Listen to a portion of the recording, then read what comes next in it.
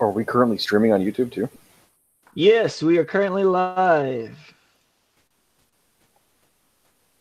All right. Hello, YouTube. Hello, Internet. Hello, world. So we're going to this will be our first session of playing in Housden with this new set of people. I'd like to start out and have everybody introduce themselves, just for the internet's sake. Tell me what's your name. The internet is safe. For the internet's sake. Oh, that makes a bit big of a difference. Give me your name, give me your character name, give me your quest, and give me your favorite color. And your social security number, right? Security number and your credit card. And I like that we're on the same page already, Paul. All right, Andrew, go first. I was looking at the stream. What do you want me to say? I'm Andrew. Yes. I'm playing Kit Rhodes. What My favorite color is green. And what is its quest? My quest Yeah. is to...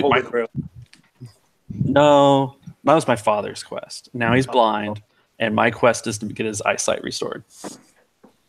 You know, super classy. All right, I'm just going left to right on these pictures here. Chris, what is your character's name? That's funny because I'm on the far right on my screen. My name's Chris, and my character. Hi, Chris. Hi. My character's name is Travis Kane, and Andrew beat me to it. He said his favorite color is green, so It's mine. And mine alone. and so I like green, but better green than Andrew likes. Fair enough. Elise. Oh, okay. I was running to get my favorite color. Show, don't tell. My name is Elise, and I am playing Kaitlyn Rogers, and my favorite color is red, but not just any red, like a really pretty ruby red, and I'm looking for an example. And what else were we supposed to say? What is your quest? If you don't, or you can tell me what the airspeed velocity is over an unladen sparrow. I do have a quest. Swallow. This is my favorite red. It's a ruby. It's ruby red. There we go. Not to be confused with ruby rod. Yes. my favorite color. That actually came out a lot more racist than my quest. I think they prefer other names now. Sorry. My quest is to help everybody. Not said ominously while you don't face your camera. Yeah. Now, by help the downtrodden. Lift people up. Bring them closer to good and God. Paul. Yes. I'm Paul. glad we cleared that up. Thank you. I'm playing Jeremiah Gideon. His favorite color is black. He likes to sit in the corner of the tavern in the shadows with his hood. No. His quest is to kind of maintain the status quo of the city. So it's not more black. No, it's not more black.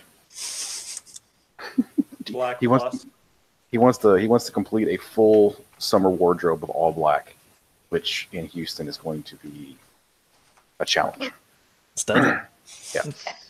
That's Sweaty. That's some serious commitment to your favorite color in Houston. Yeah. Go big or go All home, right. dude. Yep. Well, speaking of go big or go home, let's go. And speaking of Houston, and speaking of being hot, it's a warm night in the city of Houston.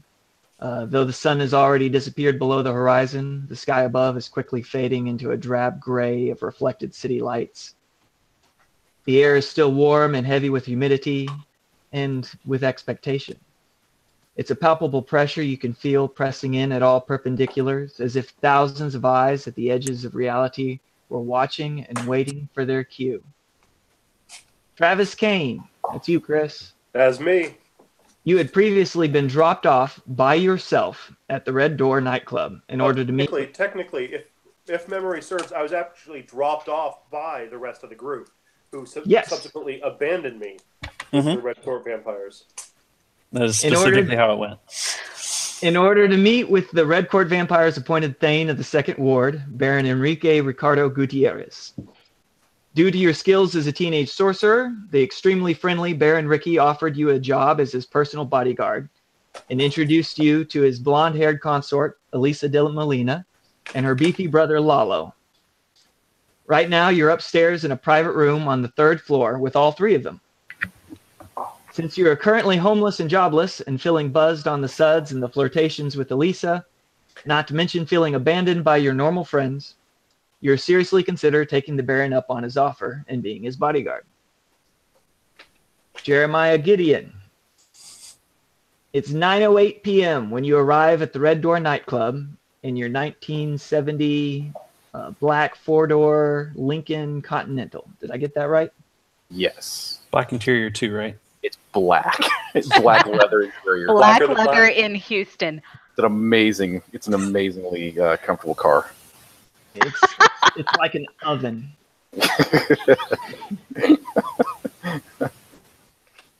You get there at 9:08 p.m. You pull into the parking lot, and it's perfect timing. Another car's pulling right out of the prime parking spot right next to the door, and you pull right in. Almost like you saw it coming. Almost like you saw it coming. As you step out onto the faded and lumpy asphalt, you're immediately inundated with the loud chatter and the music that's emanating from the building's rooftop and from the fenced-in open-air patio area on the side. One of the 2 crimson doors at the main entrance, for which the club is named, is propped open by a bouncer in a chair. And after checking your ID, he waves you inside.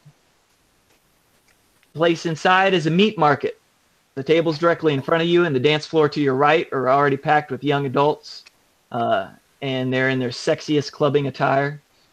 Directly above the dance space, there's an open square in the ceiling that opens up to the rooftop, and you can see more partying patrons packed around the parapet up there. Everyone seems to be enjoying themselves with wild abandon as they throb to the music.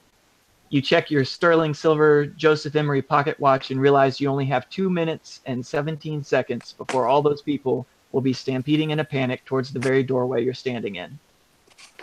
On the other side of the crowded dance space, an oblong bar is set against the wall with 2 windows behind it that let the bartenders serve that fenced-in patio space.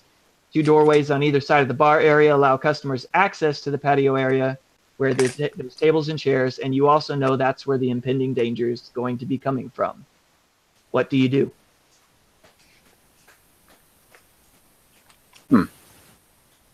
Okay, so I'm in a dance club, nightclub area, Yeah. right? The patio and all that.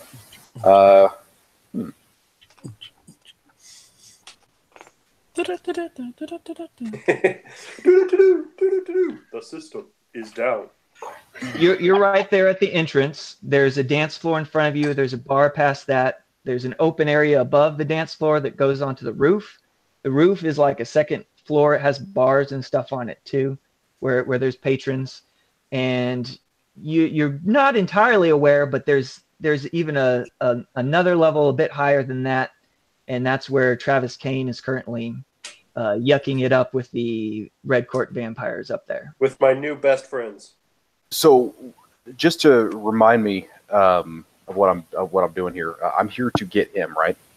That's correct. Okay. Well, I'm going to pretty much ignore everything going on around me because whatever, and I'm going to head upstairs to try to go address him and get him out of here. So I check my watch to see how much time I've got left, and put the watch up, and then make my way in his direction. All right, you've got to kind of almost go through the dance floor to get to the back stairs that are further in. Or you can try to maneuver between all the tables on your left. I'm just going to go through the dance floor, try not to touch any sweaty people. Okay, you get like 3 steps, and that's already not working. There's this real handsy blonde, and she just comes up to you, and she's like, "Hey!" And she's got her hands on you, and she's like, "Come dance with me. You looking good." I interrupt her. I put my palm right on her forehead and push her back as I keep walking. All right, give me let's see, give me alertness. Just rolling fudge dice, right? Yeah, roll some fudge dice. Bet I can find that online. Oh, look at that. You have you have 1 skill rank in alertness, so it'll be +1 plus your roll. I think I'd be more alert.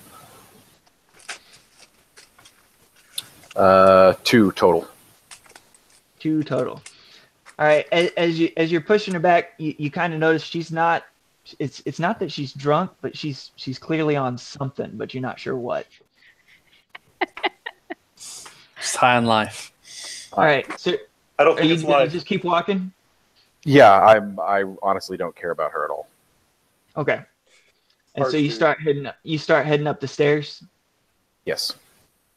All right. You go in the back, and you get up to the 2nd floor, and as you look out, there's the open area with all the other people partying on the rooftop, and there's you've got no sign of where Travis is or how to get to where he's at. Let's see.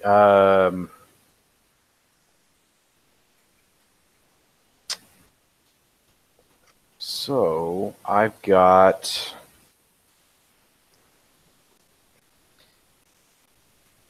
Checking your watch, you see you've got about 30 seconds before pandemonium. You know that pandemonium's going to be breaking out below. As Looking around, do I see a place that is likely to be like like an owner's office or a VIP, whatever, up here? Someplace where maybe I can't go in there yet, but he might be coming out of a door. Yeah, right as you come out of the stairwell, there's this wall that's on your right. And that wall, about a little bit higher than head level, there's a big plate glass window in that wall, and it's got like mirrored glass, and you figure that's where the VIP slash big head honcho room is, probably up in that. Okay. Checking my watch and seeing the time, I will stop and wait, kind of outside that door. In the hopes that I can catch Travis as he comes out. All right, Travis, you're there inside the VIP room, and you're talking with Baron Ricky, and he's asking you again. He's like, so you should take me up on my offer. I can put you up here. You'll stay here. You'll live here. We'll feed you. We'll take good care of you.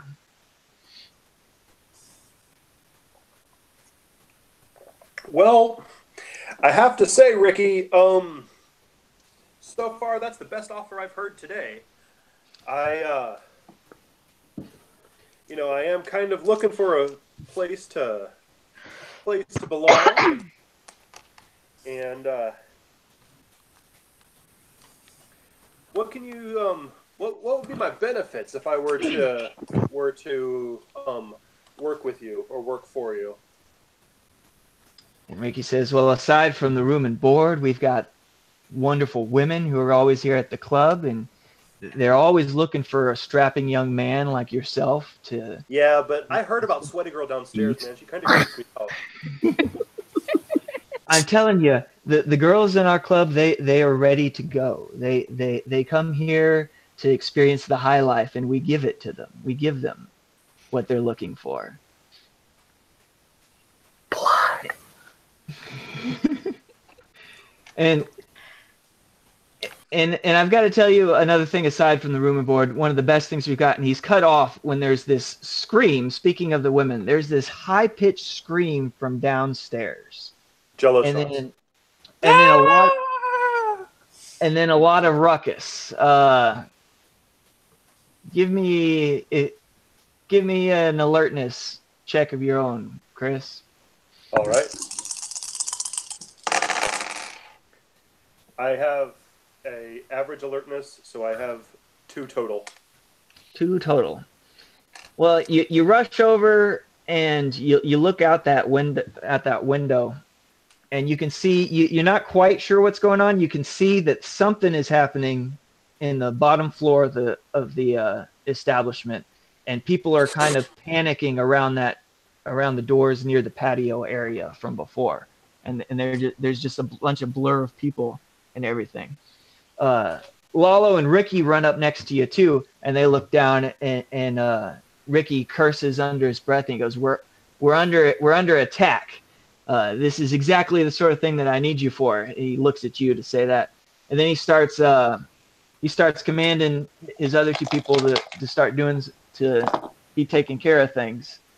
Both Elisa and Lalo just sort of look at him a little bit, and you too. You sort of look at him like, okay, well, what am I supposed to do? It doesn't look very.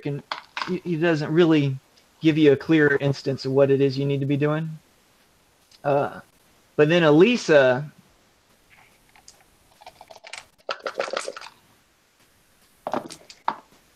Yeah. And then Lisa speaks up and she says, she turns to her brother and she says, "Break this window." And Lala looks at her and goes, "Okay." And he breaks out that whole plate glass window. And then she turns to you, Chris, and she says, "Go down there and take care of whatever the problem is." And we're now going to be entering initiative.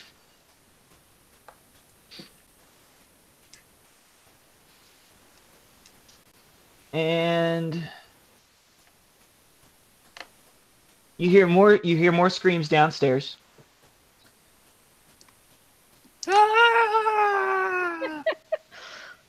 And then this time though, it's the bouncer with a high pitched scream. It's the bouncer with a high pitched scream. A surprisingly high pitched scream.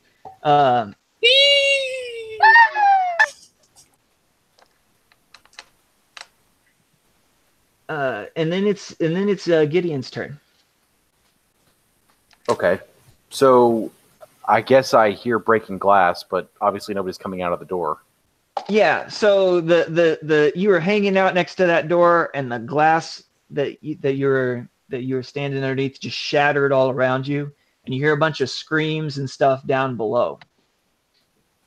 Okay, so I'm covered in glass, essentially, and yeah.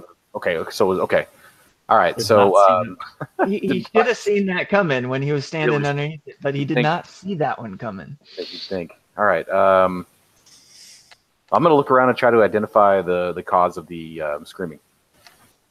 All right. So you're gonna not the people screaming, but what they're screaming about to be more specific. So give me an investigation roll. Okay, and the stat on that is so just 2. All right, so you walk over to the little open area in the roof that can see down to the dance floor below, and you look down and you see something that you got to kind of blink your eyes a couple times to make sure you see what you think you see at first, because there is a giant hog that is kind of like looking a little bit disconcerted and out of its element, and it's a big feral hog. Probably you've got to say this thing has got to be 1,000 pounds. It is the size of 2 men, and it comes up to above the bar in height. And it looks confused and it looks angry, and it's inside the door. And then on the other side of the bar, you've got all these people who are running and milling about with it. It seems like there's a bunch of feral hogs that are also running, and they've entered the bar, and they're running amidst the people there. Okay. I'm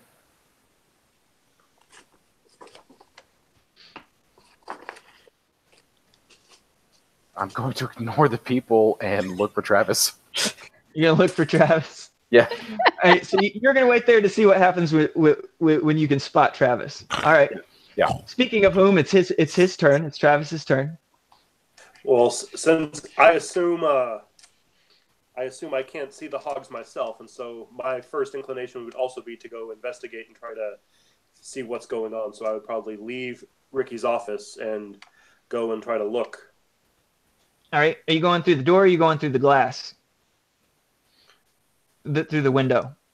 Elisa just told her brother to break out the window, and she was basically telling you to get down there as fast as possible to fight things. Since we've not worked out the working arrangement, I don't exactly take orders, and this is looking more and more like pro bono work. And so I look plainly at her as I walk out the door. All right, she kind of like this as you go. Yeah, and she gives you a little bit of a scowl because she recognizes what you're saying. So you go down the stairs, I guess. Well, like I said, I'm not stupid. I am trying to check it out before I just jump down there and hey, Pig City. Okay. So once you walk down the stairs to get out of their office, are you going to continue going down to the first floor? Or are you going to go out on the second floor and kind of look over the parapet? I'm going to go on the second floor and try to look and see what's what. All right. So you look down there and you see what I was telling Gideon before, that there's all these feral hogs that have, for whatever reason, rushed in from the patio area. And there's this big giant hog on the other side of the bar that's got, like I said, got to be 1,000 pounds. That sucker is nearly the size of a small car. And he looks really pissed off. Who let the pigs in here? And while you're watching Travis, and there's a hog in here too. Who let the hogs out? Oink, oink, oink, oink, oink. Were you going somewhere, Jared? Yeah, as you're watching,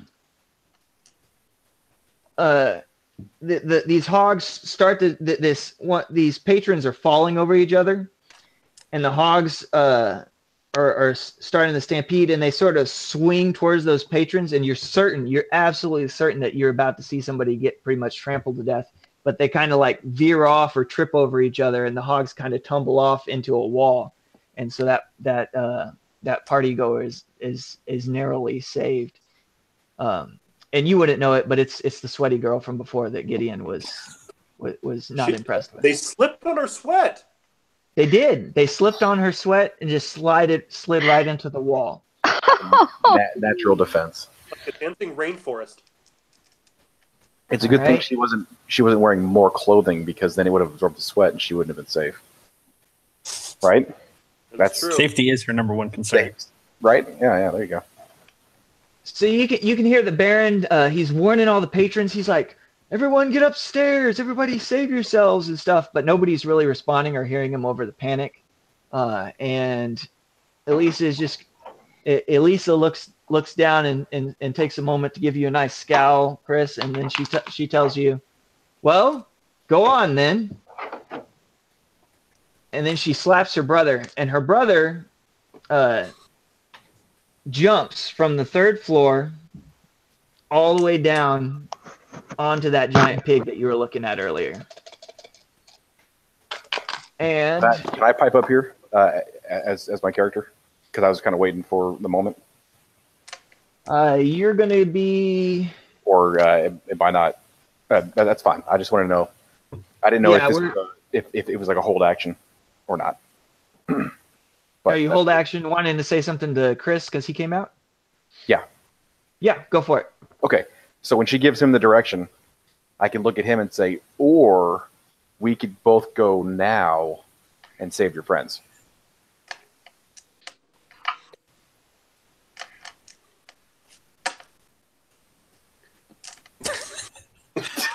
Is that your response to Jeremiah? Please let that be your response to Jeremiah's question. Yeah. So my response to Jeremiah's question would be, the friends that abandoned me, the friends that just totally ditched me, what's going on with them? They need saving. Dude, I don't know you from nobody. Got to be more specific than they need saving. I'm not a vampire, so I'm the least of your problems right now. I don't know. Vampires seem awfully friendly. Vampires made me the best offer I've heard today so far.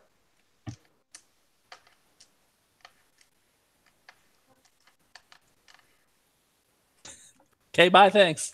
Okay. I have no reply.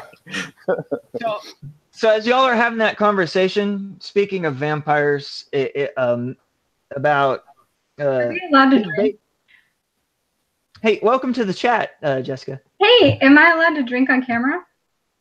I don't see You why. are now. It's on camera. There's no laws against it in my state. I suppose it depends on if you want people to see you drinking or not. I'm at least 21. So Gideon is somewhat unsuccessfully convincing Travis to skip out with him, and while he's doing that, Elisa has managed to get against her brother to jump down, and he jumps down 3 stories right on top of Big Bacon down there on the ground. It's like it's basically like half-ton truck beats half-ton immovable rock. Wait, And they just I'm super confused. Yeah, that's because you weren't here, but there's all sorts of nonsense going on.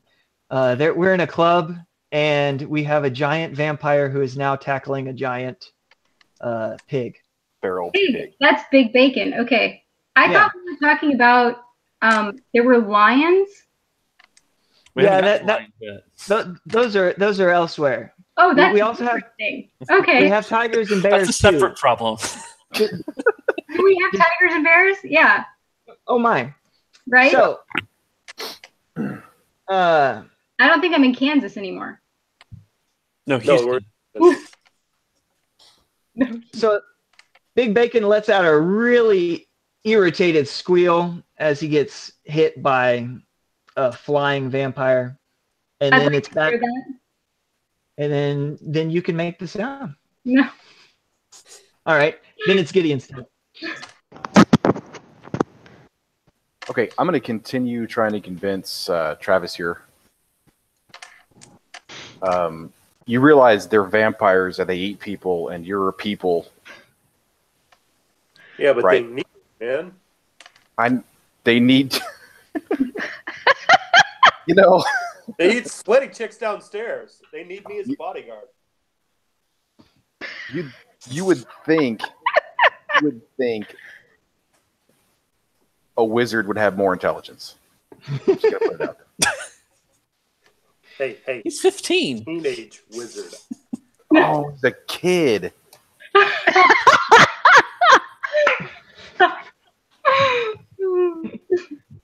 You want to waste your time reasoning with a 15-year-old? Hey, kid. 17. 17-year-old. Yeah, no. At this point, at this point, I might as well just leave. I don't think you can drag a 15-year-old out of that club. 17-year-old. Hey, 17-year-old. I'll have you know I am 17. Oh, you look 15. And a half? I mean, he's obviously big enough to be hired as a bodyguard. 17 in 3 months. Oh.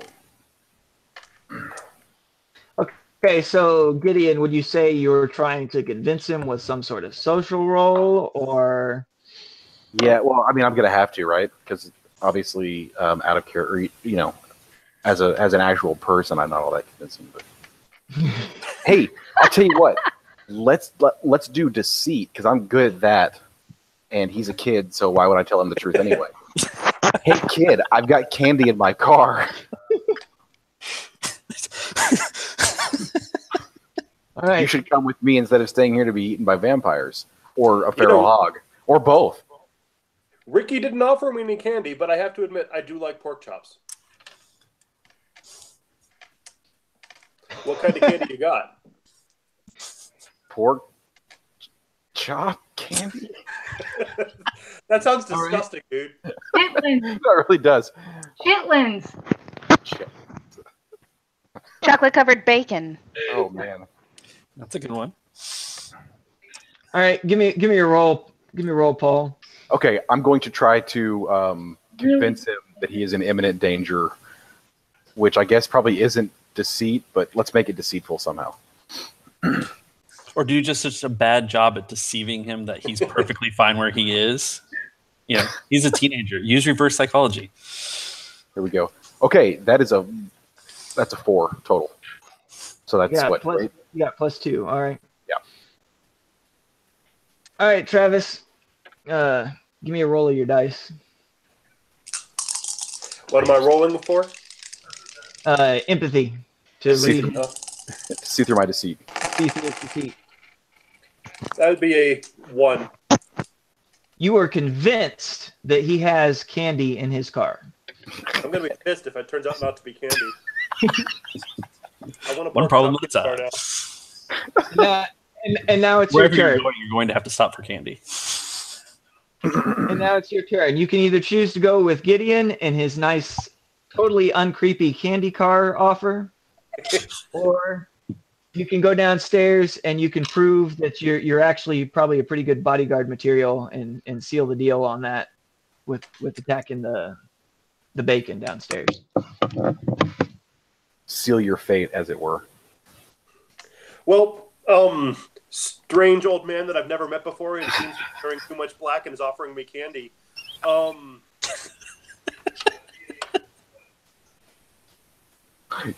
You make a compelling argument. But you're sure he has candy. I desperately want to try your pork chop candy bar now. That sounds way too much like an innuendo. But there are people in trouble. Shouldn't we try to help them? No.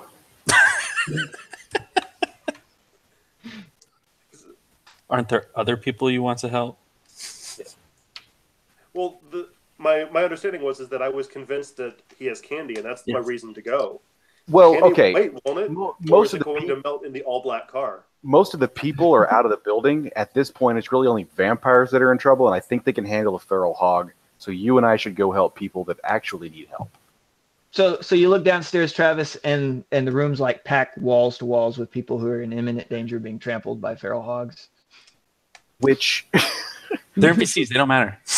Which is actually an improvement because before they were in imminent danger of being eaten by vampires.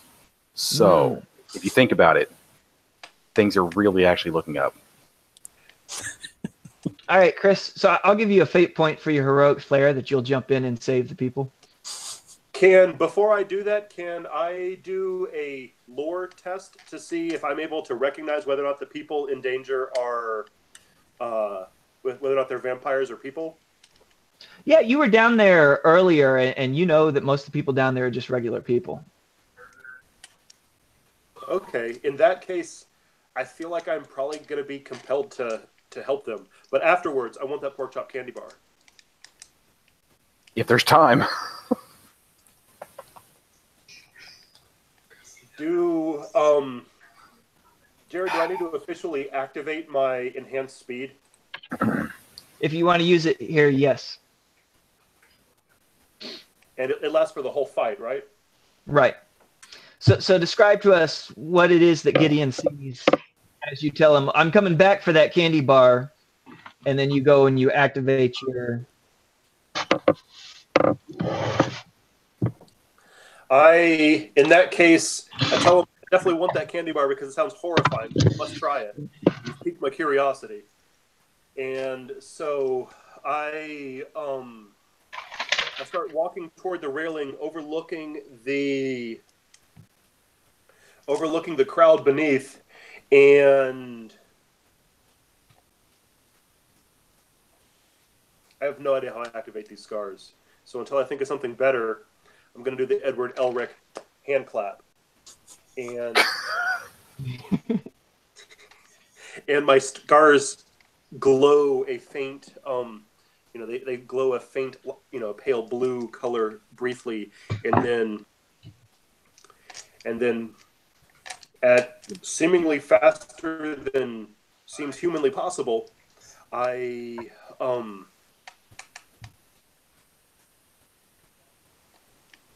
Will I hurt myself if I jump off the railing?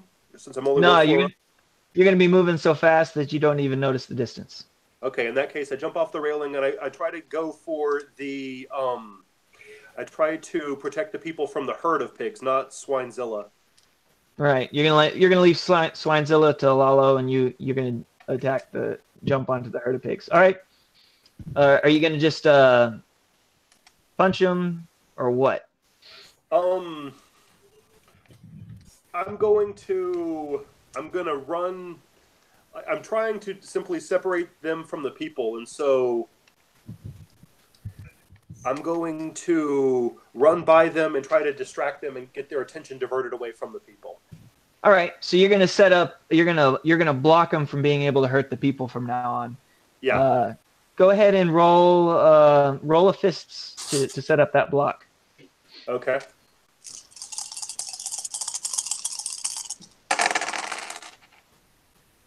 That would be a 4 total. All right. So you've got a block of 4 set up to protect the rest of the people. And that brings us back around to actually to the hogs. The hogs are up next. Oh, there's more than one hog? There's Big Bacon and a little herd. Oh, okay. The herd chop. Herd chop. Okay. Well, the hogs went to try to people, and Travis is sitting there sort of punching them in the snout or intimidating them with his fists.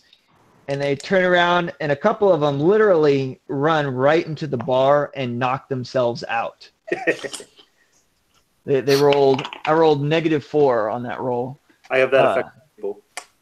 So you actually manage to take some of them as they're diverting, they sort of peel off and they hit the bar and they knock themselves out. So they take themselves out. Several of you've also helped a lot in the fact that since they've been diverted, a lot of the party goers are either retreating back upstairs and they're going up the stairs, which is a good thing you jumped down because it's almost impossible to come down the stairs now as people are streaming up them, and then everybody else is pouring out the front door. The Baron's still yelling something up from his window, but nobody's really paying attention to him. And then Pig insurance. Lalo and Big Bacon take swings at each other, and I'm picturing the pig swinging that meaty hoof. You know, he's a right ham hock. Actually, he does. He bucks Lalo right off with a swing of his whole head, and he hits Lalo, and Lalo like flings off onto the wall, and hits the wall pretty hard. And then it's Gideon's turn. Jared, did I send you an email with all the enchanted items and whatnot? Nope. I didn't. I wonder where I put all that crap. Oh well. Remind me of what it costs me to cast a spell. It's mental stress, right? Yes. It costs at least 1 mental stress, and that's to pull up power equivalent to your conviction. Okay. And so here on the spell, if it needs 3 shifts, I need to pull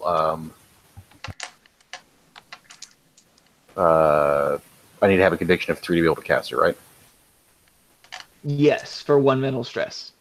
Okay. All right. I'm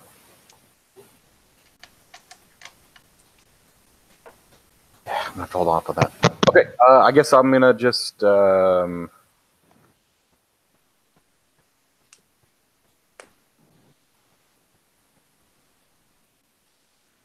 This says duration 1 exchange. Is that 1 fight, or is that 1 round of a fight? Okay, that probably wasn't worth it.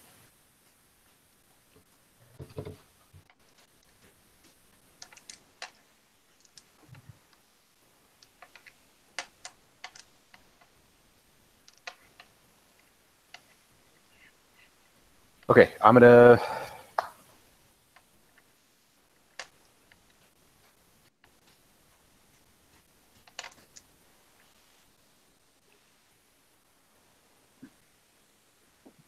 I'm gonna look around for somebody to use as a weapon, like All right. broken table leg or something. There's some broken glass upstairs. Yeah, that'll work. Now, yeah, something blunt and heavy that I can use as a weapon to start. I don't know. Wailing on people with? Yeah. No, just wade into the crowd. Yeah, I don't know. Start working on the smaller pigs with a chair leg. That's humane. Any rope, you could hog tie him. All right, give me investigation roll. Okay. The 1. All right, you find the 1.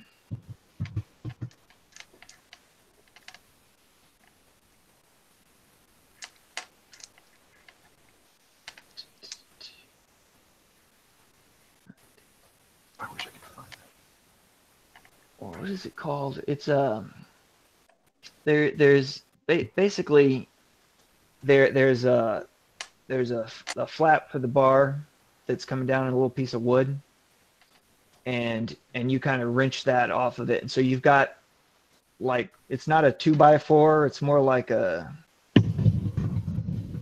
1x6, and it's only about 12 inches long, but it's something.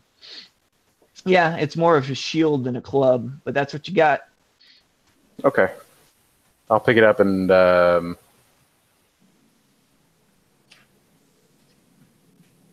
pick it up in one hand and take out my watch in the other and move towards the fight, I guess. Okay. So are you going to try to be jumping down through the hole, or are you going to try to push past all the people? Yeah, I'll walk down the stairs. I got time. All right. Give me an athletics roll.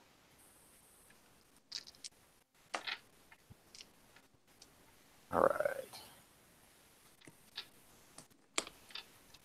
-1. -1. Okay. And so now it is back to the top. No, it's Travis's turn. All right, Travis, you've successfully fended off the hogs for 1 round. It looked like about half the people downstairs are starting to filter out, both upstairs and out the front door. Lalo just got thrown into the wall by Big Bacon over there. There's still about 13 wild pigs running around, milling around in front of you between the bar and you. What do you do?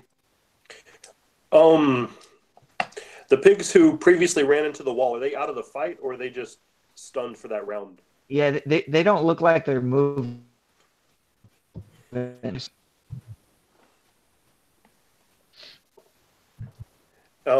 Can I tell, in looking over at Lalo and seeing how he's doing against Big Bacon, can I tell, does he look like he's in serious danger, or is it, he's kind of, he's thrown off, but he's able to come back and, come back swinging? So you look over there and you can see where when Lalo landed on Big Bacon, there's this huge gash that's kind of running down the side of that pig. Mm-hmm. And then you look over at Lalo, and he looks like he's really dazed from that hit to the wall. It looks like he bumped his head pretty hard, and he looks kind of out of it a little bit. So they've about exchanged equal blows with each other. Okay, in that case, I continue to focus on the smaller pigs. All right. And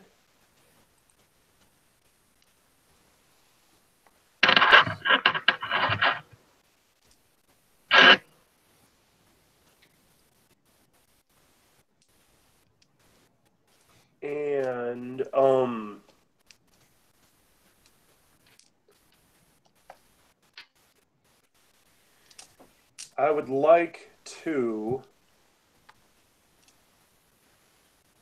You say there's about 13 smaller pigs? Uh-huh.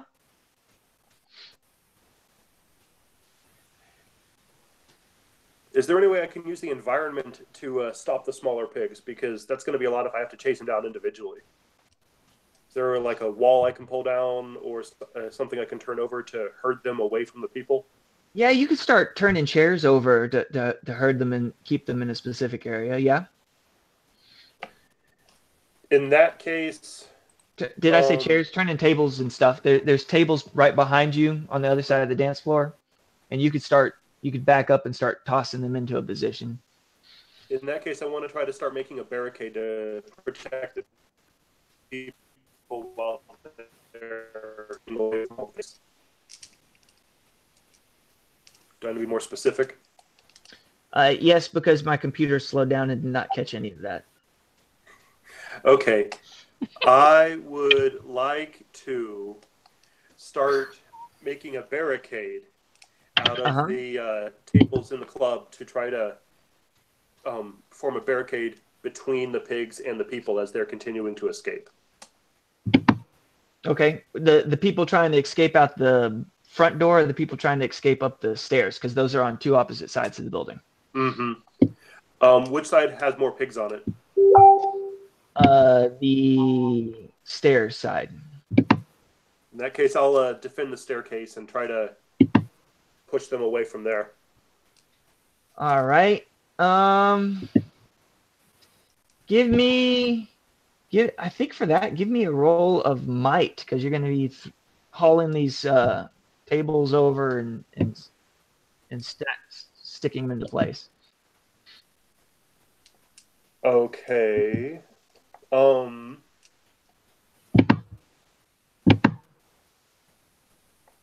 If that's the case, can I use a fate point to invoke my heroic flair and just rise to the occasion?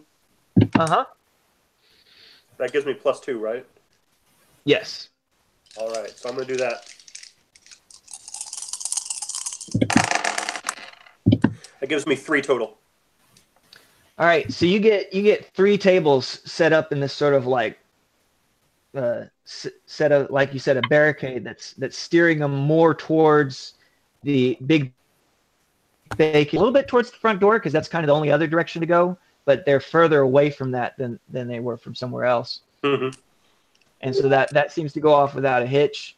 The pigs kind of run up towards that as you're slinging it there, and they veer away and they scatter and they start running after the other people going out towards the front door. And gosh, they're panicked at this point, and they just completely pack into the back end of the front door set of people, and knock a few people down onto the ground. But nobody's seriously hurt yet, but they've been sort of, now they're on the ground and they're in sort of a vulnerable position down there. Mm-hmm. Is it still my turn? No, now it is top of the initiative. No, it's the clubbers. So the ones behind you at the stairs, they're almost completely trickled out. They're kind of packed in there and they're kind of beating on the back. People are like, go, go, go. The people at the front who've gotten knocked over, the ones that fell onto the ground, they sort of crawl back into the sort of table and chair area where you're at, Chris, and other people keep filtering out the front door. Let's see. And then Lalo and Big Bacon fight each other.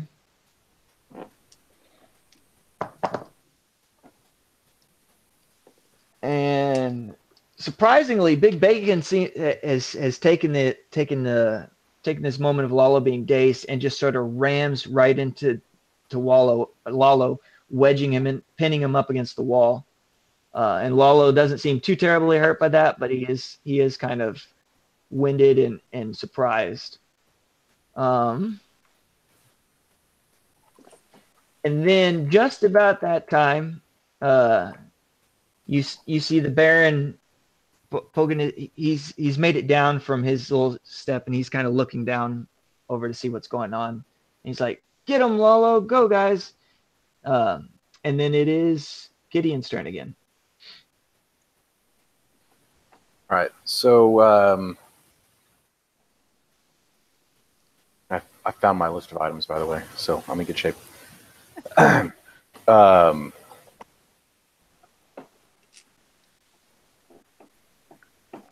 At any rate, I guess I'm going to move up to try to move up towards Big Bacon. Well, yeah, if I can get over that direction. And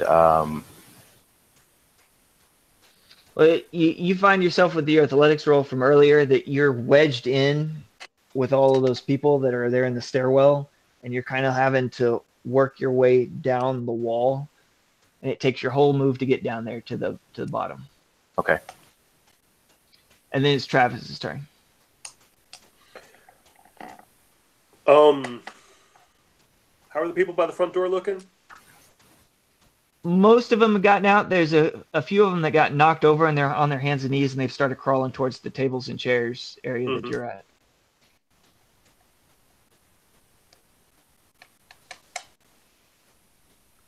Okay. In that case, let's see, let me looking at my items here.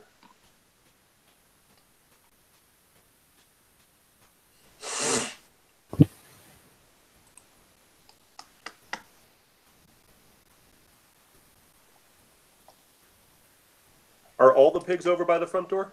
Or are there still some by the stairs? Yeah, you've successfully herded them towards the front door. Okay. In that case, I want to zoom over to the front door and I want to attack the pigs. Okay. And if I understand this correctly, I could do a fists attack, but if I charge that with magic, how would that be a bonus? Would it be like a weapon on fists, or how would that work?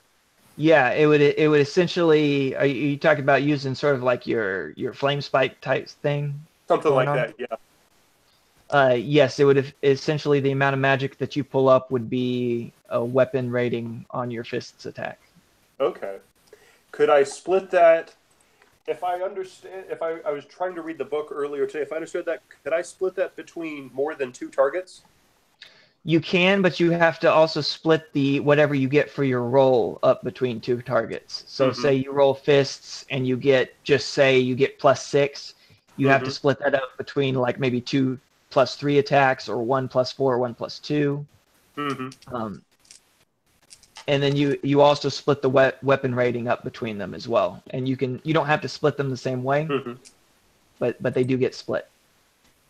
Okay. And for that attack, would it be could you explain how the weapon rating works? Like how that bonus would work? It basically does more stress to it. And in this particular instance, these pigs are a bunch of little tiny mooks. So just roll 1 attack and I'll have you hit multiple pigs depending on how hard it hits. Okay. Do I need to declare how many targets? Nah, just roll. Just give me a nice. But do tell me you're calling up mental energy and describe. Yeah, I'm gonna describe what that looks like as you're casting your spell. I'm still moving faster than seems possible, but for a moment, I slow down to normal speed, which is from my perspective almost stopping entirely, and my scars glow a faint reddish color instead as I take off and launch myself toward the pigs. And the closer I get to the pigs, my hands start getting brighter and brighter in this reddish color until right before I connect with the pigs, they seem to actually burst into flames. All right, cool. Roll fists.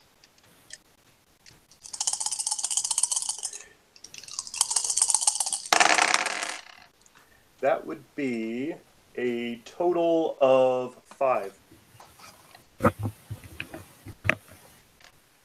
All right, and how much spell energy did you pull up?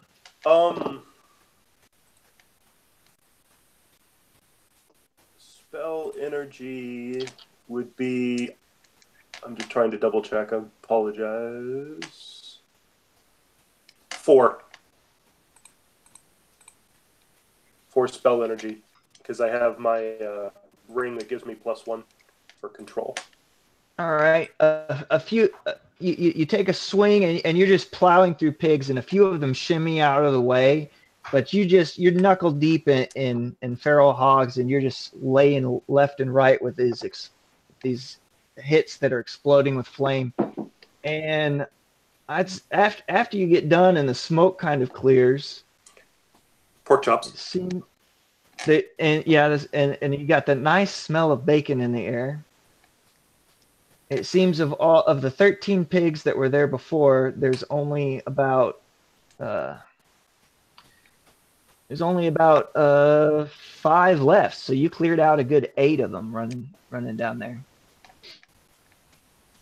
And then they are, of course, panicked by this, and they scatter in all directions. So they're not really in one place. One of them runs out the door. A couple of them run sort of in the direction of the people that are crawling away, and but fortunately those people are safe as they get tangled up in the chairs. And another couple run towards where Lalo and Big Bacon are having it out.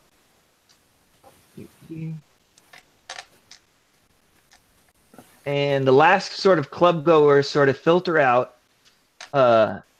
Gideon makes it down the stairs, and you look, and there's one last little pig, and he's sort of like he's running out the same doorway that they first came in. It's on the opposite side of the bar from where Lalo is, but it's towards that patio step. And as he runs out, he runs right between the legs of this massive form that is coming through the doorway. And it's one big. If you thought Big Bacon was big, this guy must be Big Bacon's bigger brother, and he's on 2 feet. It's Bigger a bit Bacon. one. It's Bigger Bacon, and he is bipedal. This big hog man comes through the door, and he's wielding a sort of a 3-pronged trident. And he looks around, and he grunts and he gives this sort of. It's a war cry, but it has that weird high-pitched pig sort of sound behind it, and it's absolutely terrifying. Kit Rhodes. Ready. You had crashed a fundraising gala for the National Institute of Conservancy, Security, and Restoration of Artifacts, also known as NYSRA, because you suspected NYSRA was responsible for stealing the magical seed artifact which disappeared last night from the safe of the homeless shelter. They sent me a photo of it. Yeah. A flyer. They have it. I want it back. And that arrived at the doorstep of the homeless shelter run by your friend Kaitlyn Rogers. And once you arrived on site at the Housden Museum of Natural Science, you and Kaitlyn were surprised to bump into another friend, Kella Sage, who was on the trail of predatory felines that had escaped from the zoo. It wasn't long before you ended up in confrontation with NYSRA's CEO, Miss Sarah Rosefides, as you were telling her that, you wanted this seed artifact that was clearly stolen. And so she promptly kicked you out of the gala, having her bodyguard escort you and your friends out the back way. Her mistake. Please tell me you said it belongs in a museum. You got the jump on this dude. You knocked him out, and you headed into the museum exhibits area with Kella to search for the seed. Kaitlyn, however, objected to your brutish methods and left out the back door, where she was accosted by some strange toadmen. Neither did you and Kella get very far, because you came face to face with a pack of rancorous lionesses, the very same that Kella had been tracking before. Rare. Selah Jillette. On a whim, you accepted a contract offered only just this morning. The target was a museum piece pictured on a flyer for tonight's gala. The client included the name and picture of an attendee whose identity you assumed, as well as instructions that the client would provide a distraction for you at 9:15 p.m. And that's only a couple of minutes from now. You're in the museum's grand entry hall. It's this large glass enclosed foyer space.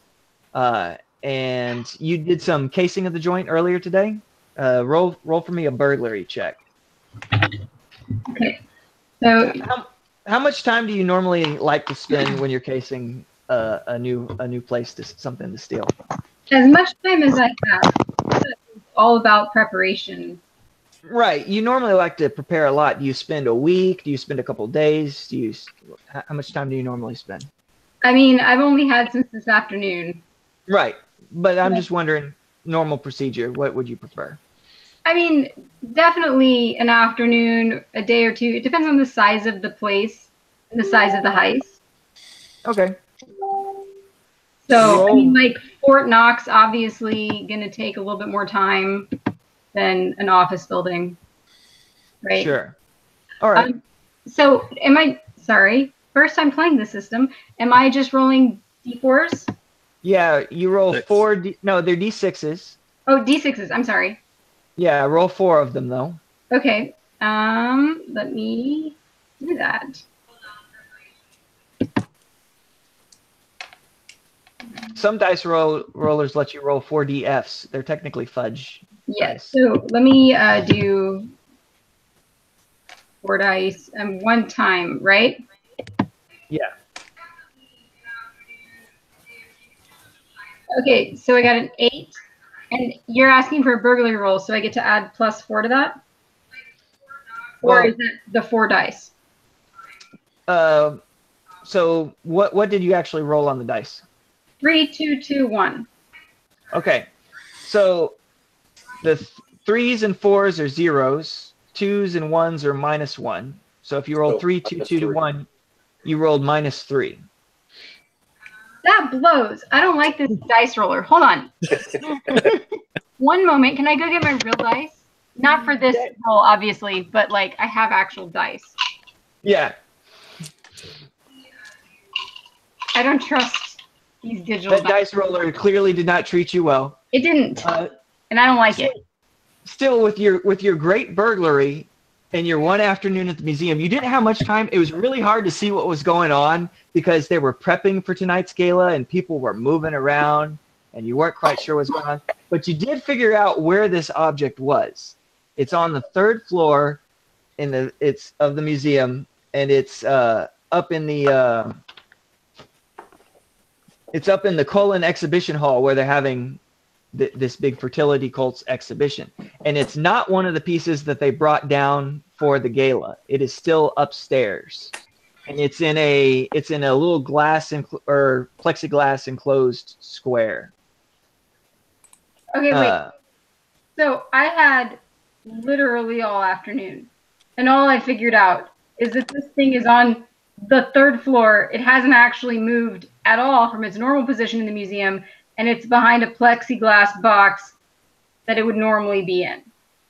That's right. You had all afternoon, and you figured out where it was and what its situation is, but not much else to help you out with the situation. And now, in order to get back in, because they cleared the whole museum out for their gala, and you came in under the assumed name of I forget what was that name? It was like the Wetherington or something.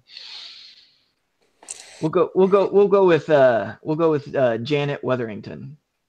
Janet Wetherington? Yeah. Is that the mom or the daughter? That was the mom. Yeah. What's the daughter's name? Linda. Linda. That's going to become relevant in a minute. All right. And so you're in the grand entry hall. They've had their whole gala thing. From having scouted out the museum that down this hall there's a little geodesic area where there's the butterflies in the greenhouse, and it's close to one of the main stairs that goes all the way up to the top where you want to be. There's most of the people who are have gotten up from the banquets, and they're chatting or they're filtering out because people don't tend to hang around after the main show's over, and they've gone ahead and given their money and things. A few people are talking to Miss Rosevides in front of you, in where the projector screen is. That's Sarah, right? Yeah, that's Sarah Rosevides. She's the CEO of Nixra, who is putting on this special exhibition.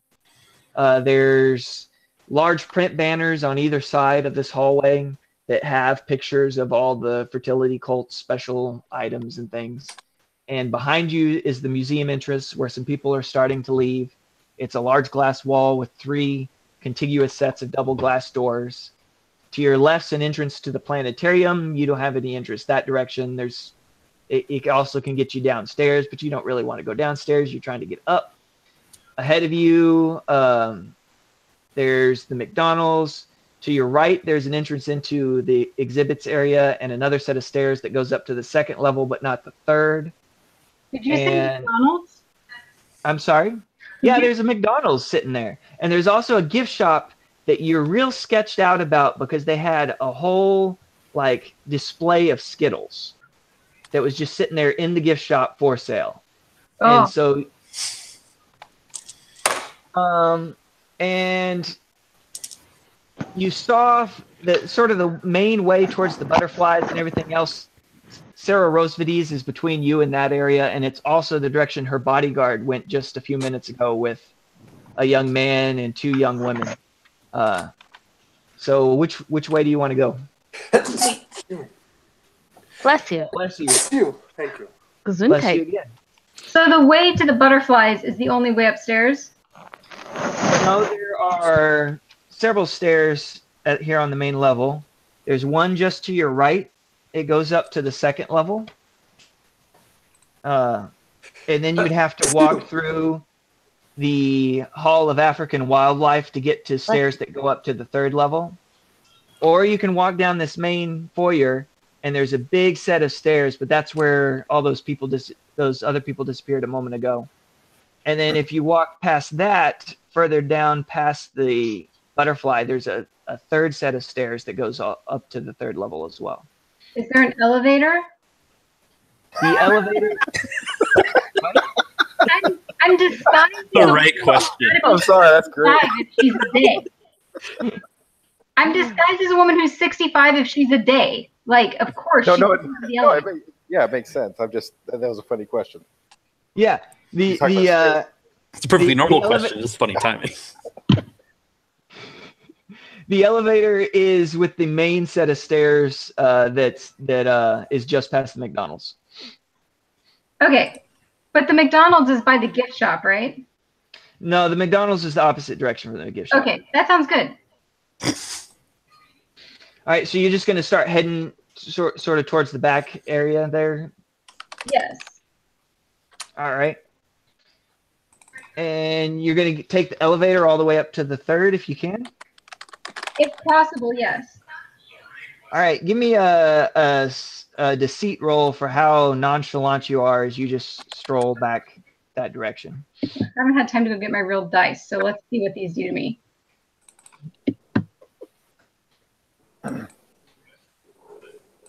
That's better. 21. All right, so you're going to have to take any 5s and 6s and make those +1s. Any 3s and 4s are neutral, and anything 2 or less is -1. So that's +4.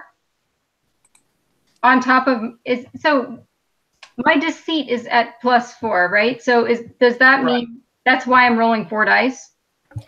No, I linked a fudge dice roller, by the way. It'll fudge dice for you.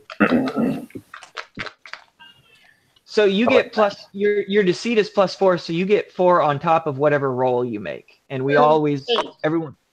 So it's going to be 8. That's right. Wow, that's a great roll. +4 and 4 on fudge dice is good. Yeah. So as you're walking by, you walk almost directly past Miss Rosevides, and she gives you a little bit of a look as you walk by, but she stares at you a moment as you're walking, and she kind of watches, and then she turns and she continues talking to the people that are with her, and you're right past her, and you get up in the elevator, and as you round that, make some kind of check to determine whether or not she made me. Yeah, roll empathy. Yep. So again, back to my question. My empathy is at +3. Do I roll 3 dice or? Always roll 4 dice. Oh, okay.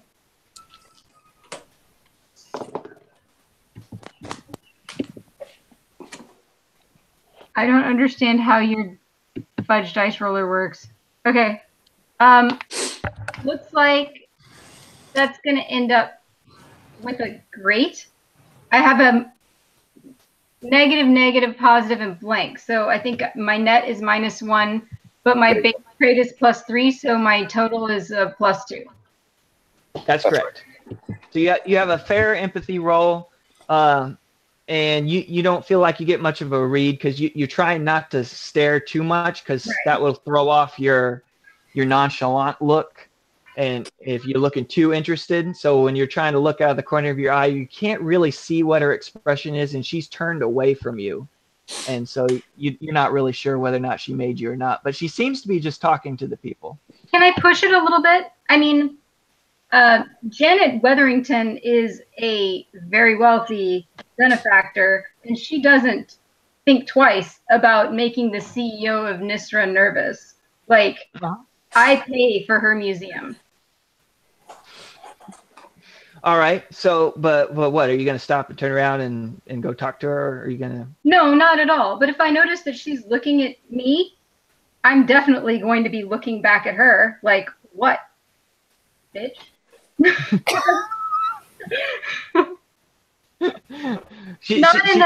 in an overly hostile way, but like Janet Wetherington is not the type of woman who's used to being side-eyed by anyone. She seems to be not concerned about you anymore. Okay. So you walk up to as you round the corner towards where you know the elevator is. Beyond that is you can see into this. It's this big wide room, and there's a Foucault pendulum that's set up in the middle of it.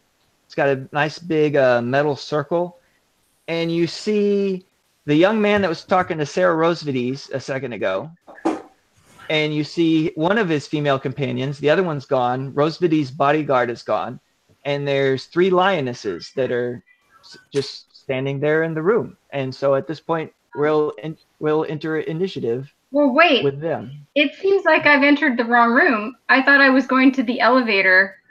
You were. The elevator is just to your right, and beyond that, you see all of that happening.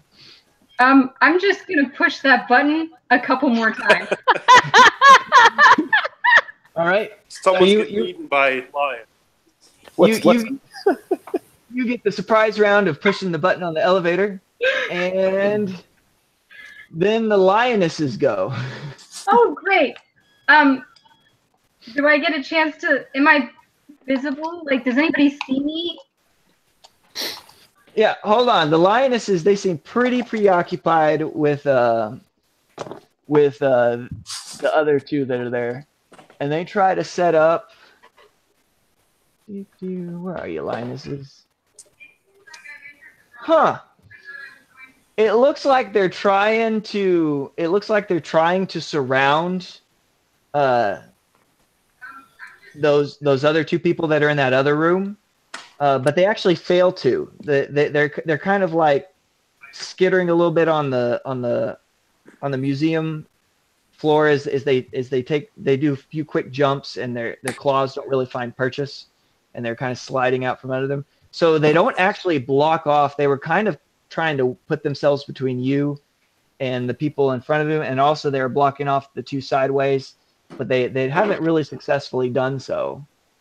So at this moment, Selah's going to just clear her throat imperiously as Janet Wetherington, not in a way to draw too much attention, but definitely, like, I'm pushing this elevator button impatiently, and the doors might open here in a minute, just in case. And she is definitely jamming that button, like, almost breaks a nail. Almost. All right. Almost. It's actually Janet Wetherington's turn, so give me a roll to see if the door is open. What kind of roll would that be? Just give me 4 fudge dice. Got it.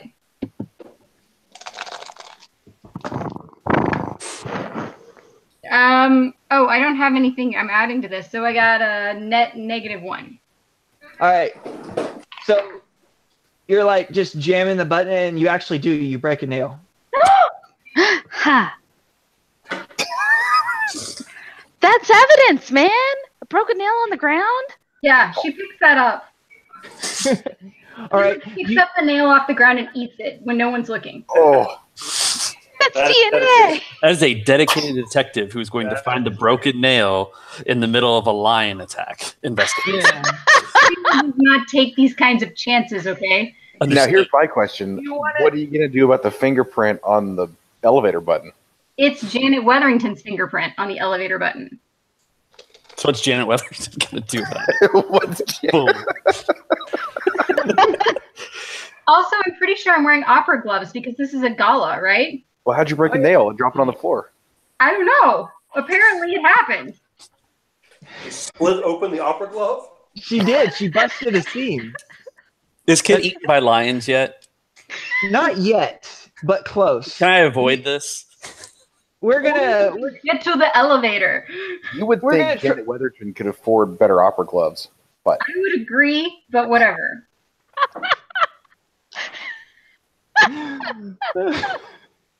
All right. So, do you want to like try to make yourself? You're doing this, I assume, in a way that is not particularly drawing attention to yourself from the lions, right? Yeah. Is it my turn or no? It's her turn. Okay. I mean, so give me a stealth roll as a block for them to not notice you in future rounds. That's your burglary. I know. I'm trying to decide if I want to do that or a veil. Okay.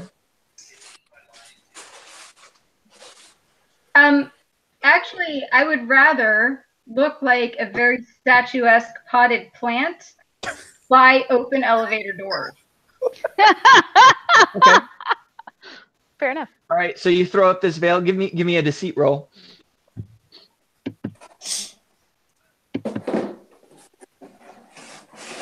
I didn't actually do that correctly.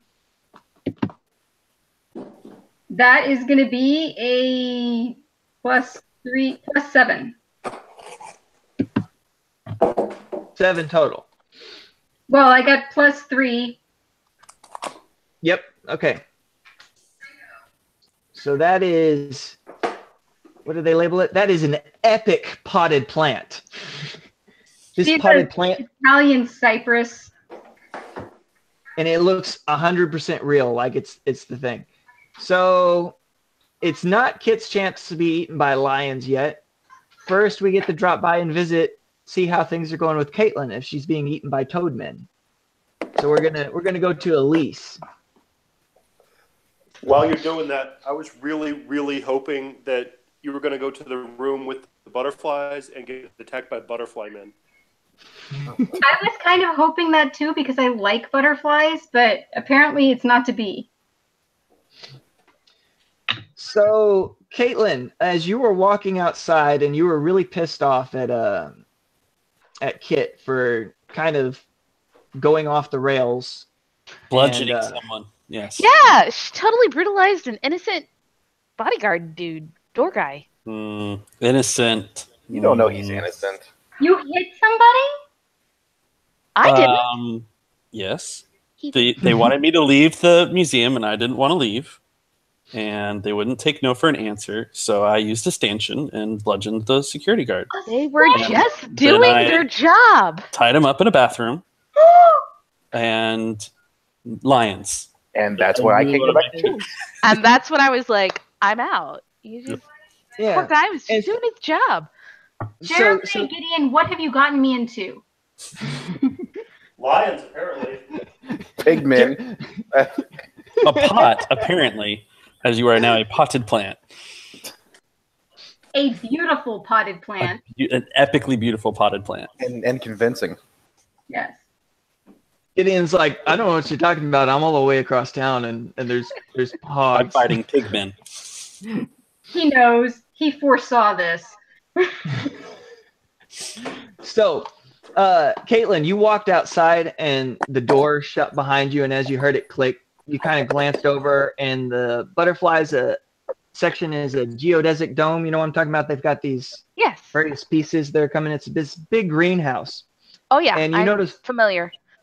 You're real alert, and you notice one of those little plates, glass things towards the bottom is broken, and it's kind of open to the inside of the thing, which is not great because now the butterflies could be escaping, or things could be getting in and eating the butterflies. Yeah, that's not cool. But you're not thinking about that very long because almost immediately after that, you start noticing that kind of hopping up off the grass area in front of you. There's an area that's a sidewalk that keeps going to your left, and then there's a grass little field Mm-hmm.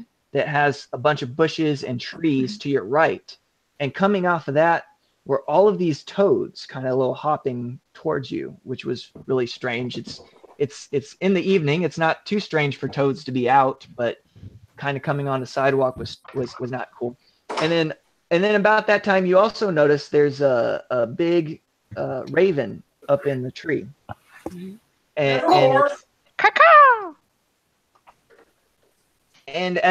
then you also notice, because you notice everything at once. It's the only way you can keep yourself safe.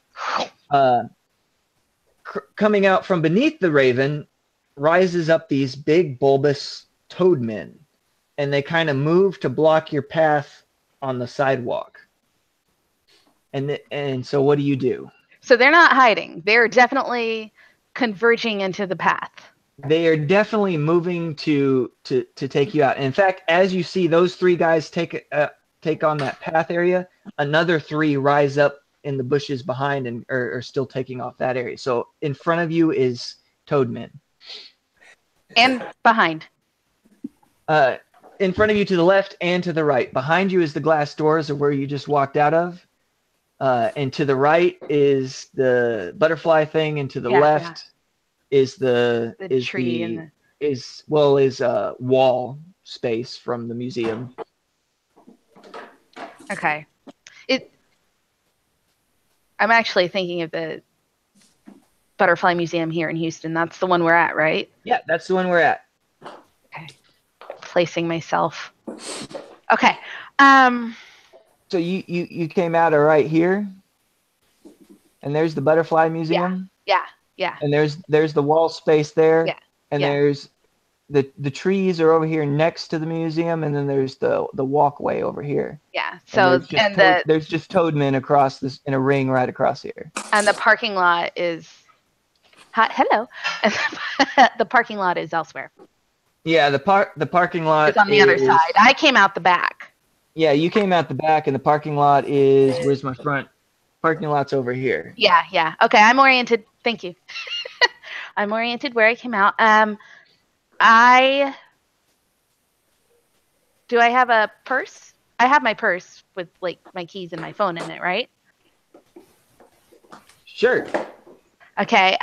First thing I do is like surreptitiously like grab my keys like in between my fingers, kind of a thing, and I say, "Hi, how are we doing tonight?" All right, and the toadmen sort of look at you. They look at each other, and then they just go. I'm like, okay, I've got my keys in one hand, and I'm going ahead and gonna go for my phone, and I'm just gonna try to walk in between them, like, all right, as quickly as I can, like. So you're gonna try to run past them? You know what? Is the door? Oh, I tried the door behind me first. Is it locked? It's locked. Yeah, of course it is. So I tried the door behind me. It's locked. So yeah, It's probably somebody from the inside could possibly open it. You know, it's one of those little bar handle things, and it's glass. So if you wanted to bang on the door and try to bring attention to it. How big is the broken like hole into the butterfly? It's big enough you could fit through. I start squeezing through that. All right. Give me an athletics roll. I don't think Kaitlyn has any athletics. No. No. Uh-oh. I lost my die. And this is the same fudge roll too, right? So roll 4 fudge dice or roll 4d6, and then you count yourself as positives for 5s and 6s, neutral for 3s and 4s, and negatives for 2s and 1s.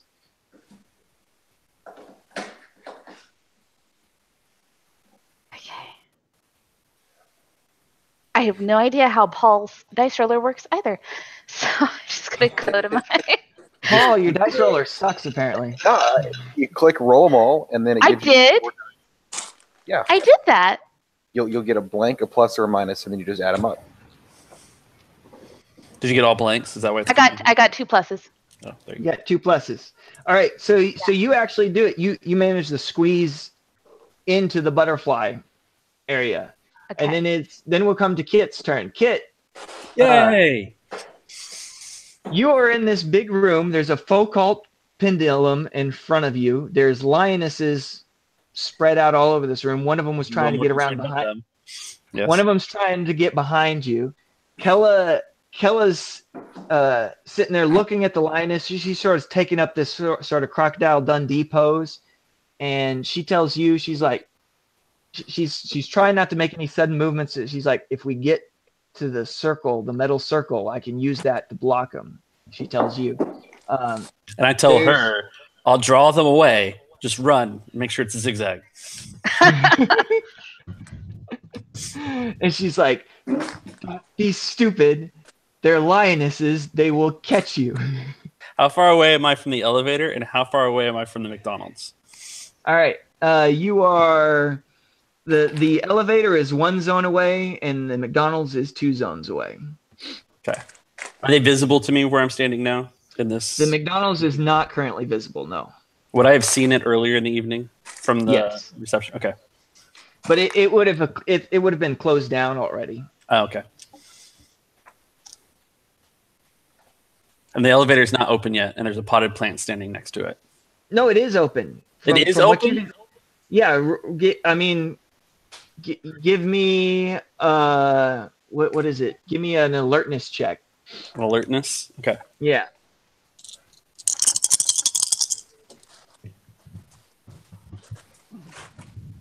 So that'll be a 5. That'll be a 5. Yeah, you look over there, and the elevator door is open. So I turn to Kayla and say, just make it out the back door. I'll meet up with you later. And I make a big roaring sound. I make myself as big as possible, and then I run for the elevator. All right. Give me Follow me, you dummies. Follow me, Indy. I know the way. Athletics, you say? Yep. Okay.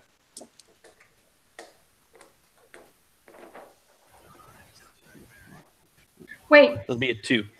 Is he leading a pride of lionesses to my elevator? Is that what's happening right now?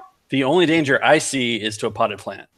It is a potted plant. A human woman there, an old lady. I didn't see that. Mere moments ago. Yeah, I heard the gone ding now. and I ran. So I got a 2. You got a fair sprint over there. I did Okay. indeed. Roll endurance. Endurance. Okay.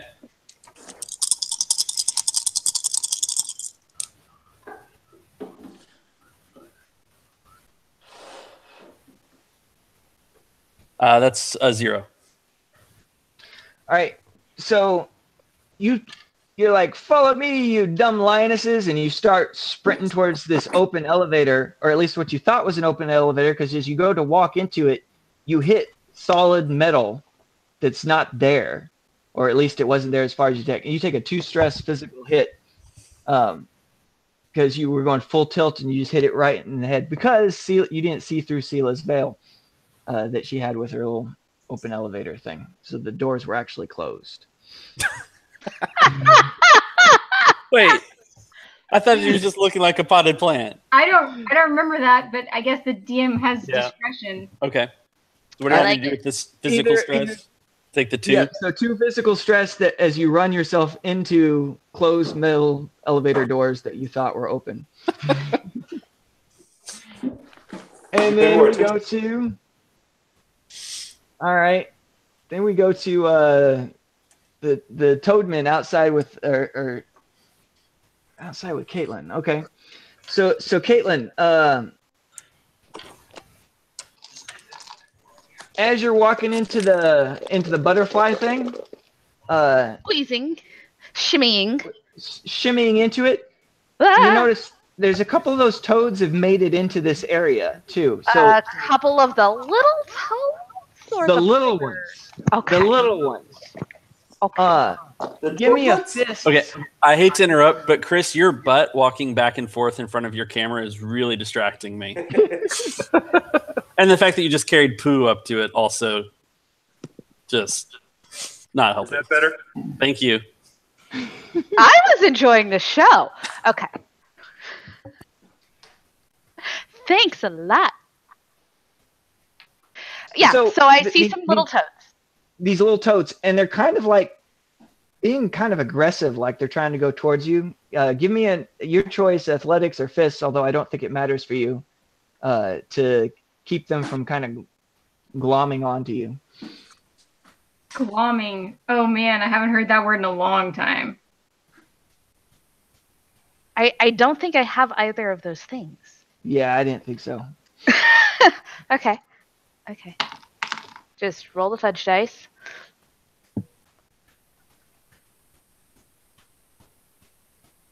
I am typically cool with toads, but apparently right now I'm juggling my keys and my little clutch because it was a gala, so of course it's a clutch, and my phone and like I flail at them with my. Can I kick them? Can I try to kick them? You can. That would be a fists. So you did fists. What was the result? A 0. It was a 0. It's actually enough. They're uncoordinated. They're just these little things. So Cool.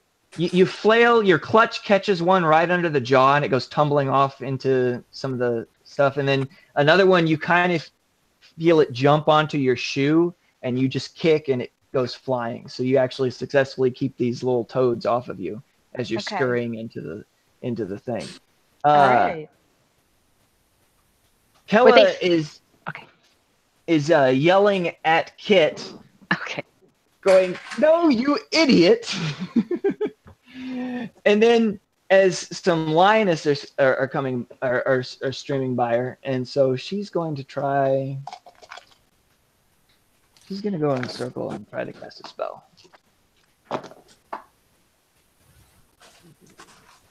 0 on the thing. Kella's freaking 4th ward.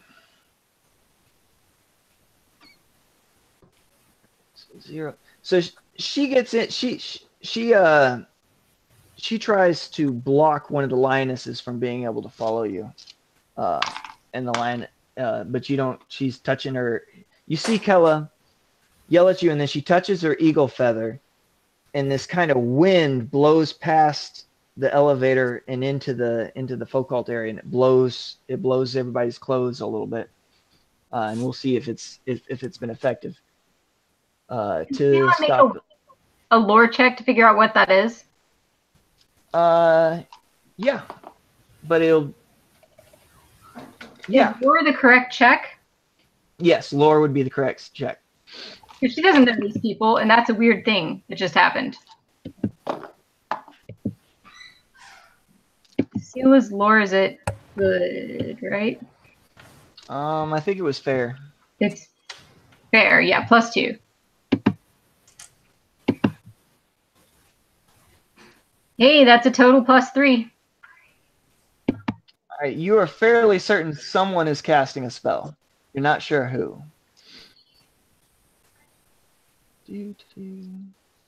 Could be the idiot laying on the floor next to you. It could be him. It seemed to happen almost immediately after he ran up and hit the stuff. So, but this whatever this spell is, it's actually been real effective. The lionesses seem disconcerted and thrown off by the wind. A couple of the ones that are in there kind of stop. They don't actually end up chasing and pouncing onto Kit from the effect there. And then see, running confuses them. Just run. Running confuses someone. Kaitlyn, as you're kicking off that toad, you kind of glance back, and you see that the other toadmen were coming towards you after you. Following, closing in on the same space where you're walking, and one of them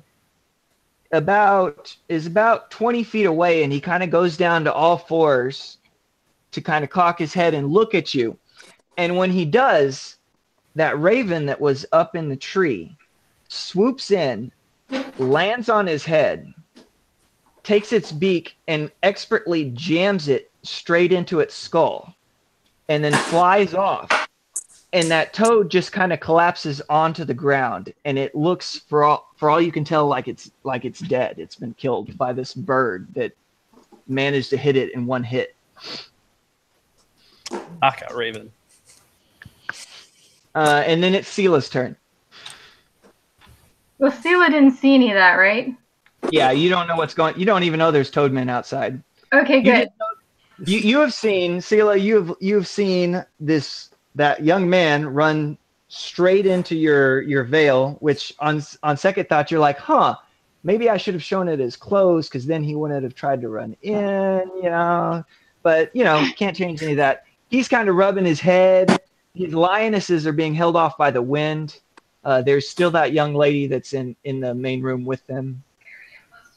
And like that. Give me a roll. Does my elevator open? Yeah, give me a roll to find out. Just a plain roll? Just a plain roll. That's a wash. It's a wash.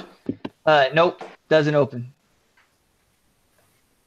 Stupid elevator. Selah casts her eye about where are the stairs?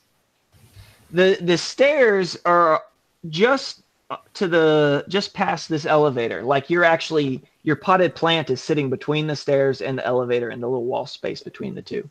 Okay, so Selah looks around. Who can see her? Pretty much it's just these two people that are in this area, and the lionesses. Okay. Selah drops the veil. What? Grabs Kit in the guise of Janet Wetherington and marches up the stairs. Like, just grabs him by the collar and yanks him up the stairs. What? Where did you come from? And she, hits his head a little bit on the door frame. Just a bit. Not hard, but just shh. No questions. Mom? Did your mom knock you around a lot, Kit? Apparently, yes. Apparently not enough. He doesn't have enough, or maybe I'm not sure she knocked the sense out of him or into him. I'm not sure what she was trying to. Well, Janet's definitely going to try to knock some sense into him. Shut up, lions. Selah doesn't play that game. None of that. Lions don't speak English. Okay. I can hear. She's dragging him, although she can't really drag him, but he's, he was rubbing his head. He's conscious. She encourages him. All right. Up the stairs. That'll be a contested might roll for you to drag him with you. I mean, is he resisting me? I don't know. Is he? Not really. Okay. He's a lot more confused than anything. Right. That was your plan. All right. So it worked. A kitten. Just boom. Fire me. I don't work in this van. All right. So you make it all the way up the stairs to the second floor, and it's got a landing that's pretty much just like this one. Except with no lions. Except with no lions. There is now there are, from earlier scouting the museum, it's a little landing. It doesn't have any space. There's the one on the main floor, you can go out to the main foyer space. The one on the second floor, where the Foucault pendulum and the lions were, there's an exhibition hall, and just past it there's also an African wildlife hall. So there are some lions up here, but they're stuffed, doing that. And they're not moving. And then there's the elevator and the stairs, and there's a bathroom just around the corner as well that you know of. Okay, so Selah's gonna try to push the button for the elevator again. If the elevator doesn't pretty much immediately appear, as in if it does not show up this turn, then she's gonna walk up the stairs to the third floor. And she's going to attempt to drag Kit with her, but if he resists, then she's got her own business to attend to. Okay, give me an athletics roll. She did her good deed for the day. Athletics is +1, but what is she doing with the athletics roll? Just give me the total. But I get to add things because of my inhuman speed. Yes, you get to add an extra 1 to this roll. Okay.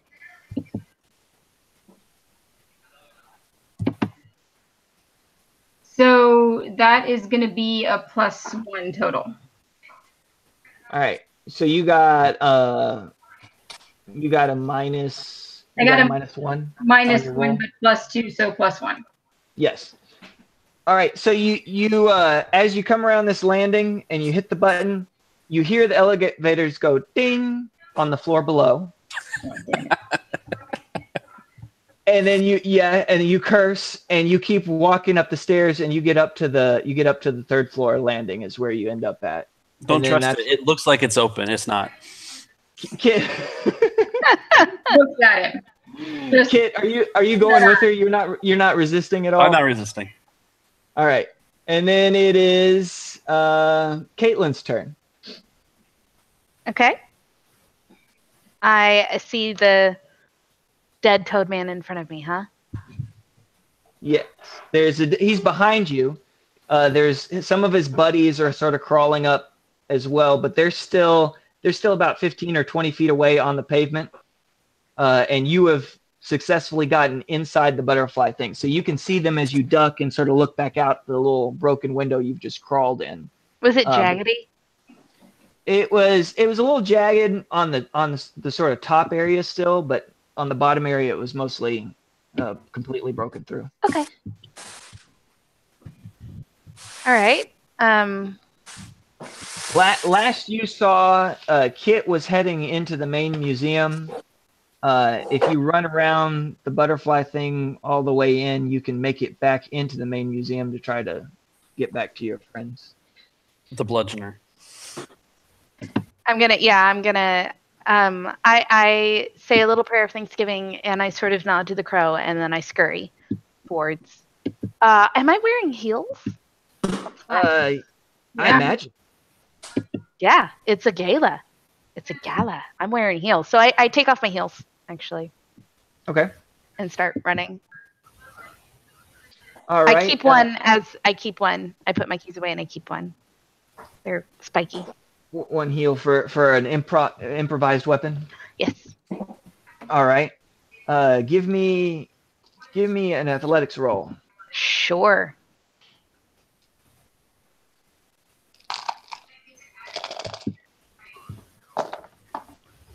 Two. Okay. All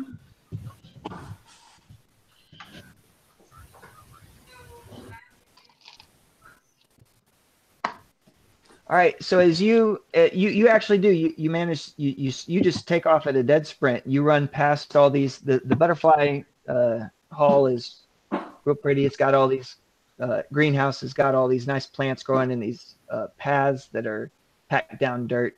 And you run through there, and you run through a set of doors that's actually open, and you're able to make it back into the main hall. So you're just on the other side of the doors now of where you were before. So Okay. Before you were outside the doors, now you're inside the back doors is where you've been able to make it to. That are locked from the outside. They're locked from the outside, and the toadmen sort of turn and they see you there, but they haven't had a chance to react yet.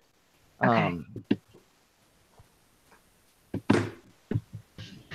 And then it's Kit's turn. Kit, you've been dragged upstairs by this old lady who's very gruff and surprisingly strong for her age, and surprisingly speedy for her age and being on heels as she's dragged you up 3 flights of stairs before you knew what happened. And you're feeling a little bit like you're in a dream.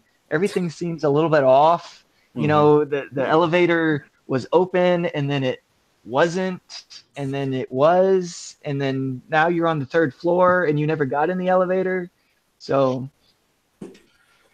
I think Kit, can I roll a alertness? Bless you. Essentially, Kit would be trying to gather himself, trying to make sense of what's going on and looking around. okay, so You trying to spot anything useful from where you're at? Yeah. Yeah. Roll alertness.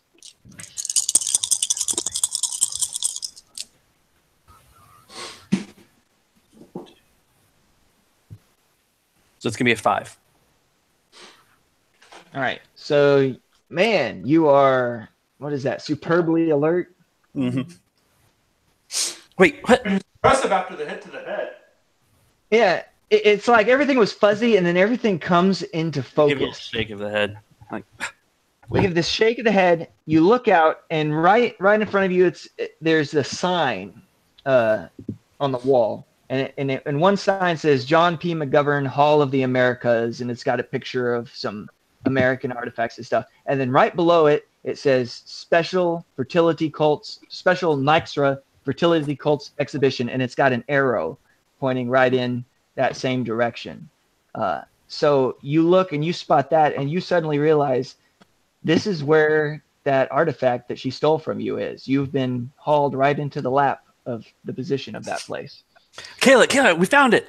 And Kit's holding on to Weatherstone, Weather Lady. Weatherington. Mistaking her for Kayla, and just sprints off in the direction of that that artifact. You have Right, to wait for me first. I'm going to resist that. You didn't set up a block beforehand, so you weren't expecting it, and he goes sprinting. Give me an athletics, Kit. It's gonna be a 1. I'm so sorry. All right, so you with the 1, you start to run, and you kind of run, and then you stop, because as soon as you run in, there's like this blank wall, and you weren't sure which way to run after that. And so you stop and you look either direction, and you figure out that it's definitely to your right, but you're only 1 zone away. You didn't get very far at all.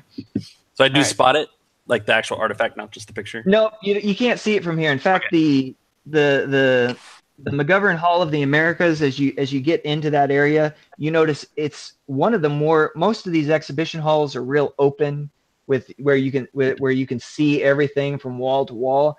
This one is different. It's kind of like twisty and turny. There's some weird shaped walls that are in T's and Y's and all sorts of stuff that are put up, and it looks almost like a maze a little bit.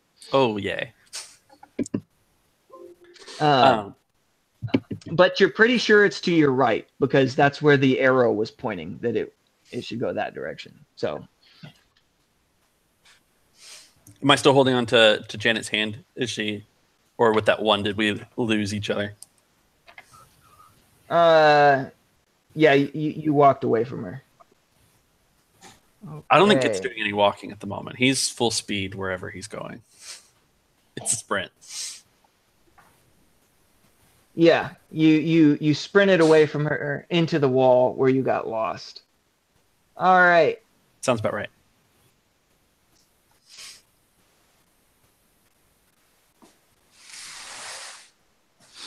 So, Kaitlyn, you hear some lions growling, and you hear Kella's voice saying something to the lions around the corner where they had, and this is very strange. Kella's voice you expected. The sound of lions growling is not so expected, and Correct. it's kind of a strange thing to be happening. Yeah. And then at the same time, you glance back out the window at those toadmen, and you see the same thing happen as before. There's 5 toadmen standing there, and they're kind of in this group.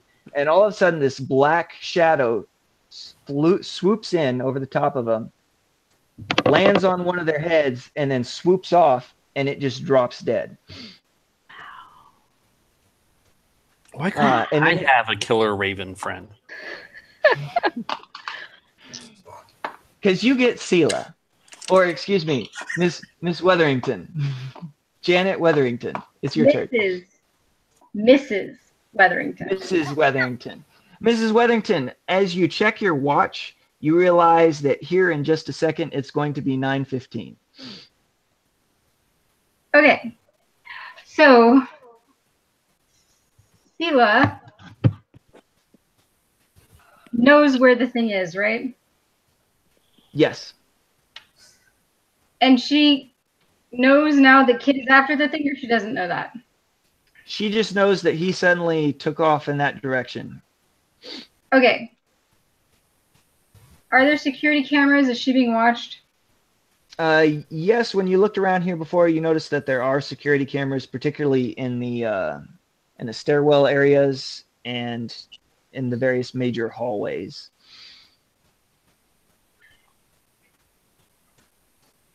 Before she exits the elevator, as he's pulling away, like he runs off, she realizes he's after something. She says to him, I don't know what you're after, but you don't want to get in my way. So you should just calm down and let me do my job. And then she disappears. Gosh, I must have hit my head harder than I thought. Kayla, you sounded like an old lady. Wait. There's no one here. It's better than the potted plant talking to you. There's not even a potted plant anymore. We're past that.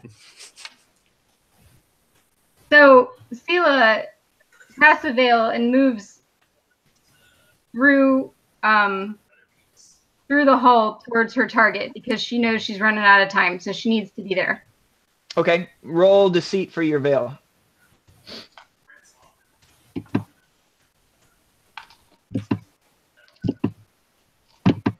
Kit, if you want to roll alertness, you can try to. That's going to be spot her through. +6 Total. Yeah.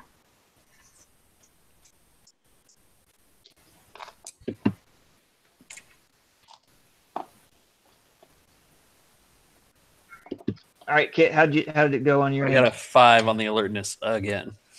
All right, so unless you invoke an aspect to get past her 6, she just disappears entirely.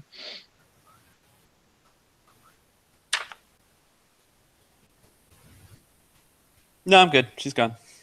All right, so she's gone, and Selah, you go invisible and you walk right past him, and you're preparing to. You're starting to prep yourself into a sprint to try to move into place.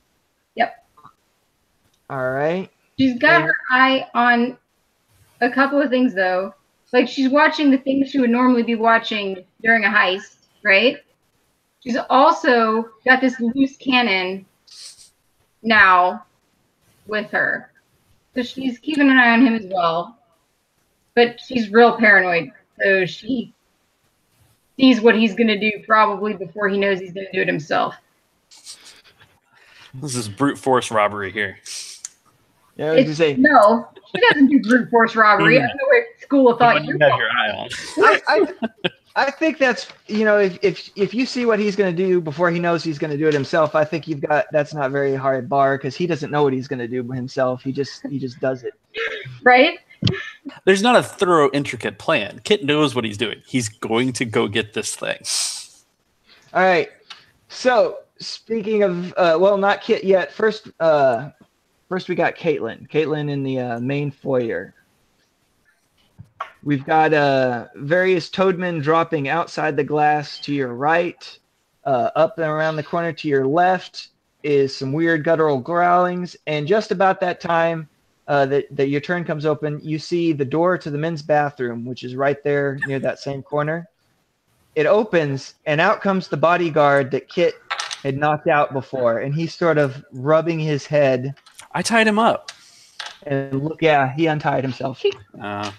I mean, I guess tying him up with his own belt wasn't a very secure way to do that. Yeah, tied him up? I didn't want him coming out of the bathroom before I had stolen You said see artifact. why I left?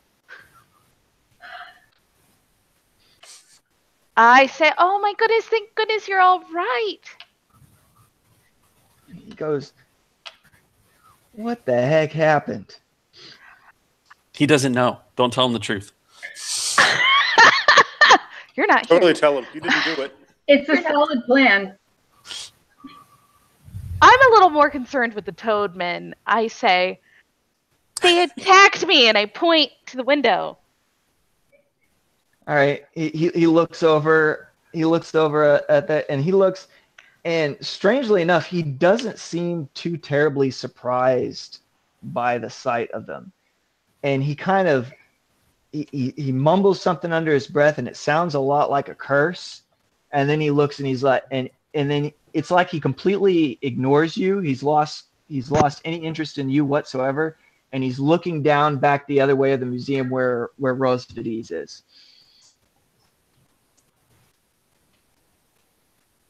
I follow him. I say, "Hey, it sounds like can I like do an alertness check for upstairs to try to see what I hear up there?" Oh, you bring the security guard my way again.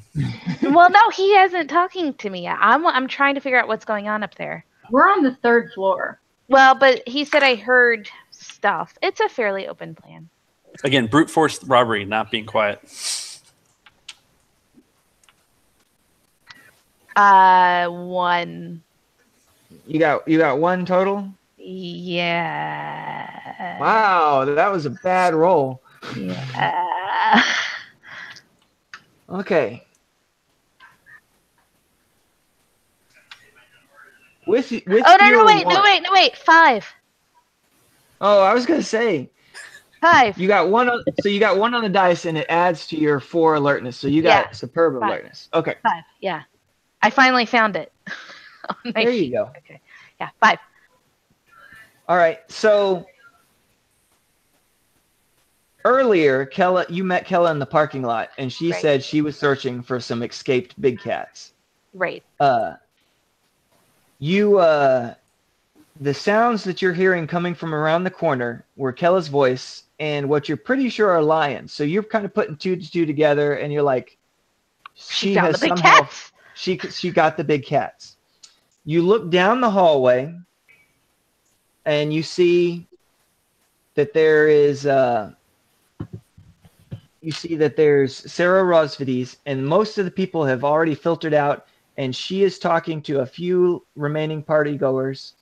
And pretty much the only other people there's the police officers that were, if you have a big gala like this with a bunch of fancy people, there's at least 1 armed guy, and there's actually 2 here that they've hired police officers to monitor the event. Okay. And then you also notice, as you're looking around, that these toadmen are basically moving with intent towards the glass doors on your right, so that's probably not going to be very safe for much longer. And you also you look up, and you see that there's a glass ceiling up there too, and it's dark because it's night, but you actually see some areas that are darker than they should be. So you think there's somebody up there too. Your alertness counts as your action for this turn, your assessment. Okay. You can still move 1 zone if you want to. Did the curse, when he cursed under his breath, it sounded like an evil curse, not like just like a cuss word? It was just a cuss word. Oh, it's just a cuss word. Okay. Yeah, no, I'm gonna chase after the bodyguard saying, "Hey, I think there's some like lions over there. Shouldn't you be like, hey, police?" And I'm like yelling at the policeman. I'm like, "There's stuff going on!" Oh, now the police. Now the police are involved. All right, Kit, what do you do? I'm heading towards the artifact. Focused in on it. All right, give me an athletics roll. Okay.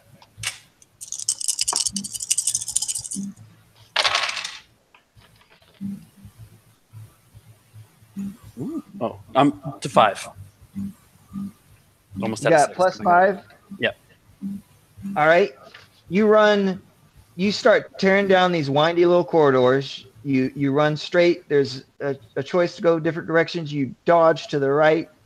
You round out. You almost knock over a set of these like Incan statuary. It's like you almost knock it over, but then you kind of like steady it as you bounce off of it to go back around, and there's this tiny little passageway that you squeeze past, and it's got these little windows with some more things behind glass, and you tumble through there and you turn, and there's a doorway, and you sprint through that, and you get into the fertility cults exhibition. Take one moment to take stock of the situation, and you spot it. You see this big, yes, it's a sex exhibition. It is, you see this big central dais with this huge urn that's right there in the middle, and it's the one that it looks exactly like what you've been looking at for. You're able to run all the way with your roll. You're able to run all the way up to it and kind of, in fact, you hardly stop yourself, and you smack right up against the plexiglass. You're just like, there it is, you know. I found it. Oh Lord. Who's clapping? Selah, you get a turn. All right. How's this thing secured? You got to get to it first. I'm there. Nope. Do I not move faster than Kit Harington? Come on. Let me see your athletics roll. I'm sprinting, right? So that gives me a +2? Yes. On top of your athletics, on top of whatever you roll. Right. That's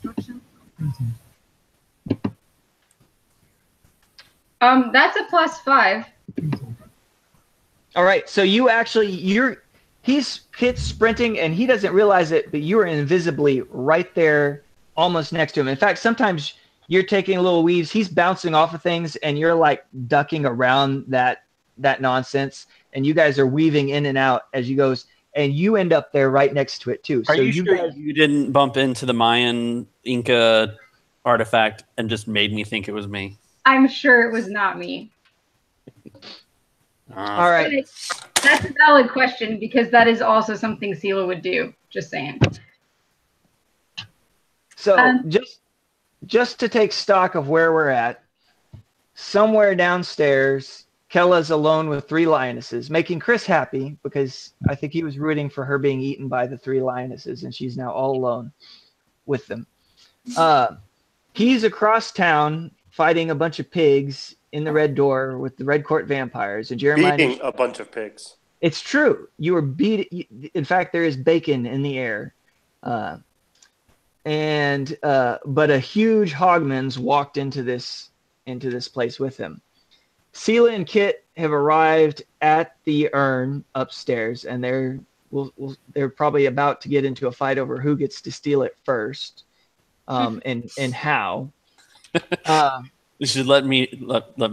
You'll like what I try to do here. He was not really concerned about Kit Harington. Rhodes. Kit Harington. Wow, Kit Rhodes. Kit Harington would be better. Stealing the urn, she's pretty sure she could get it from him if she needed to. Now this is all disaster, and this is not even the stuff that Kaitlyn knows about. Kaitlyn knows that there's a bodyguard next to her. There's toadmen outside who are getting dispatched by this bird, which is kind of nice. And there's Rosevides down the way. And as she looks down the corridor at where Rosevides is, those shadows that were up on the ceiling break through the glass in the ceiling and drops down 3 bodies, and they're kind of all around her. And like around me. No, they're all around Rosevides down the hallway. She doesn't know it, but these three people that dropped down through the ceiling are the exact same people that were in the picture that Selah got this morning for the assumed people. In fact, one of them is Janet Wetherington. And they've all dropped through the ceiling and surrounded Rosevides. And that's where we'll stop for the night. Okay. We can't stop here. We have to. It's getting too late. I have to know if she gets the thing. That's where we'll start off next time. Or actually, we'll probably start off with Hogman again next time. Give those two guys a chance to join up with the party. I'll And I'll be a little more prepared. I was having to get things together at the last minute, but I'm good to go next week. You'll be ready to offer your pork chop candy? Yeah. I think it was just pork candy at the beginning. I may. That sounds so horrible. I may have a better line. Gideon's great. Gideon's great. He's like, okay, I'm going to go there. I know he's going to be there. There's going to be disaster. I'm going to tell him, let's go save your friends. And then he gets to the moment. And he's like, I never thought through what I was supposed to say to him. Yeah. Like, get in the car, kid. I've got pork candy. He's like, what? I never considered they weren't friends for some reason. I should have thought about that when they dropped him off at a vampire nightclub by himself. Yeah. I really wanted to go with you, Paul. I really wanted you to convince me, and It's all I so got was a pork important to candy me. bar. All you got was pork candy. Yeah. Does Travis have X's on the backs of his hands? Because that matters. He does. Yeah. He does actually. It's some of it's burned off because of his punches with the firing, but it's still there. He's still not going to get a drink from the bartender. No. There's not Actually, a bar anymore. It's going to be hard to get a drink. Dude, it was better friends. It's a bore. interestingly enough, the bartender offered him a drink and he turned it down. With the X's? That's illegal. That's how you lose your liquor license. Yeah. Baron Ricky seems very concerned about his liquor license. Hmm. All right, guys. Well, next week we'll start at 9 o'clock, hopefully. I'll have my technical difficulties figured out. I really appreciate you guys. It's really entertaining. It was so much fun. Yep. We'll do more. Great. All right. It's a great time, guys. Thanks. It was. Nice to meet you, Elise. And Nice to meet you, Jessica. yes. Jessica.